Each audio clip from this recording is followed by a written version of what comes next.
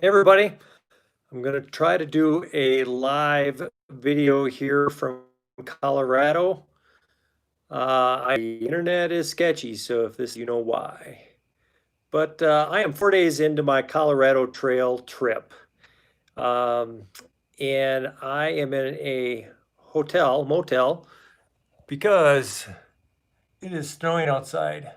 So it may not look that bad here in town, but up in the mountains, it's pretty nasty. Roads are closed. They're expecting anywhere from 8 to 12 inches, and that's really down in the populated areas. Um, and who knows what it's like on top of the mountains. So I was planning to go 125 miles over about 10 days, and I made it 47 miles in 3 days, came to the hotel here last night, knowing that the snowstorm was coming. So let me tell you a little bit. The trip was going really well at first. Of course, I struggled a little bit actually with the heat and the elevation. So if you haven't been following, the temperatures down in Denver were in the 90s going up to 100.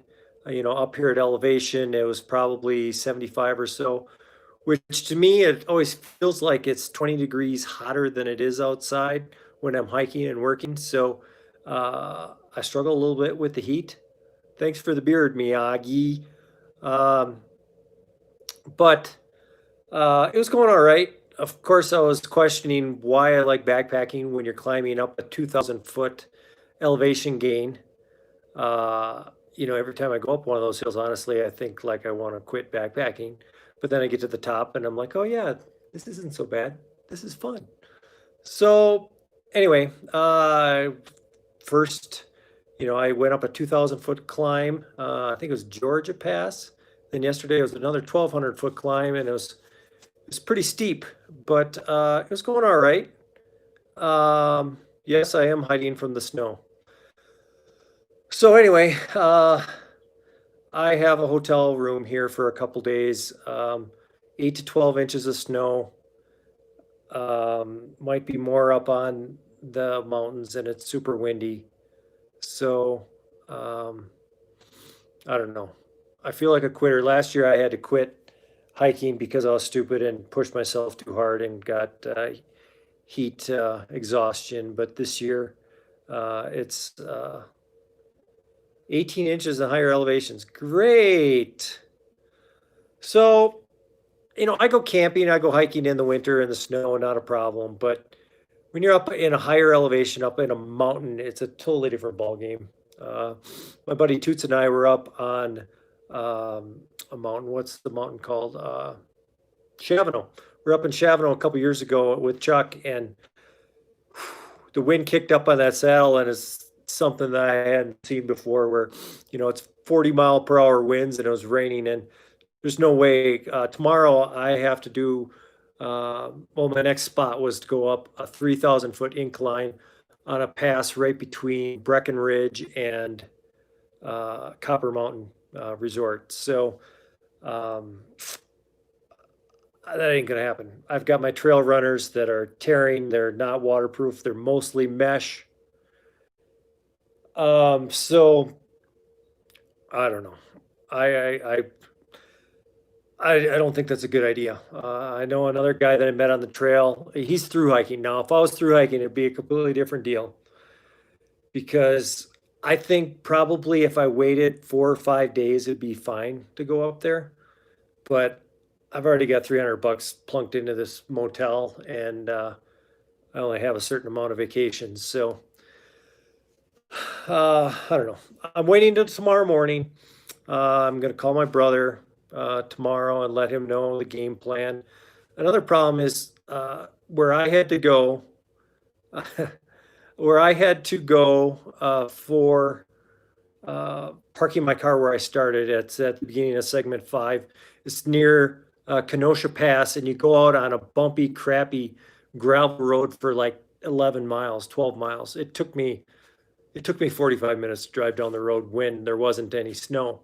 So I don't think that I'd even be able to get to my car on that pass tomorrow with all this snow.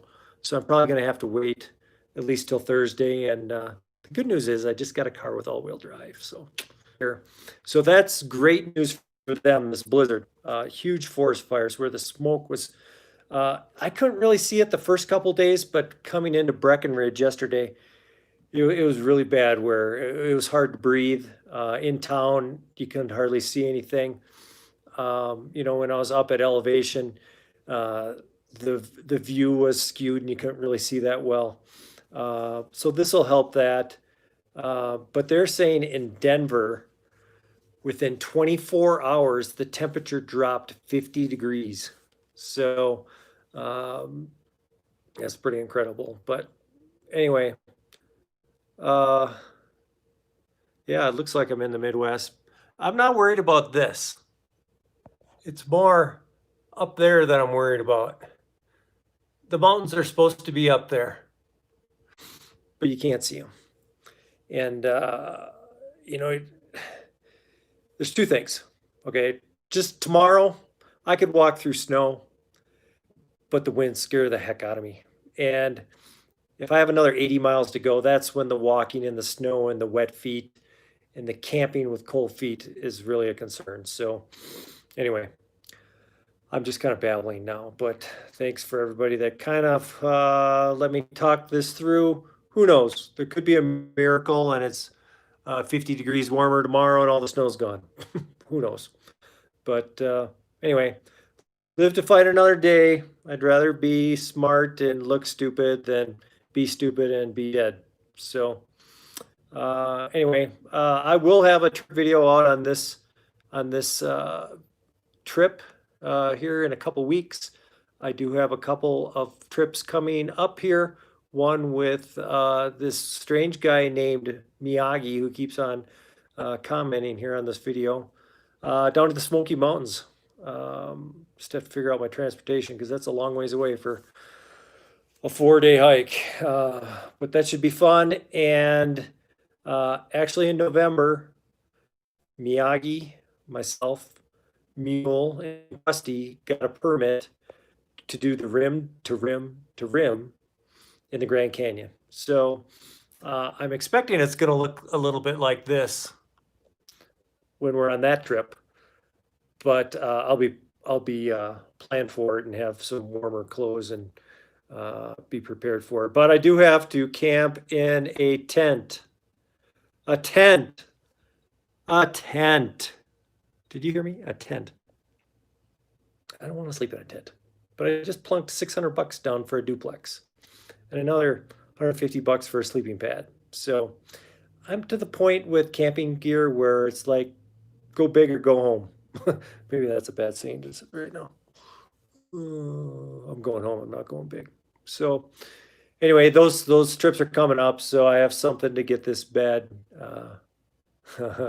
Miyagi, you are not spooning me. And if you are, I'm the big spoon. Anyway, I'll let you go here because I have absolutely nothing to do for the next 36 hours other than to eat Chips Ahoy cookies and Pringles. So anyway, thanks for tuning in. We'll see you later.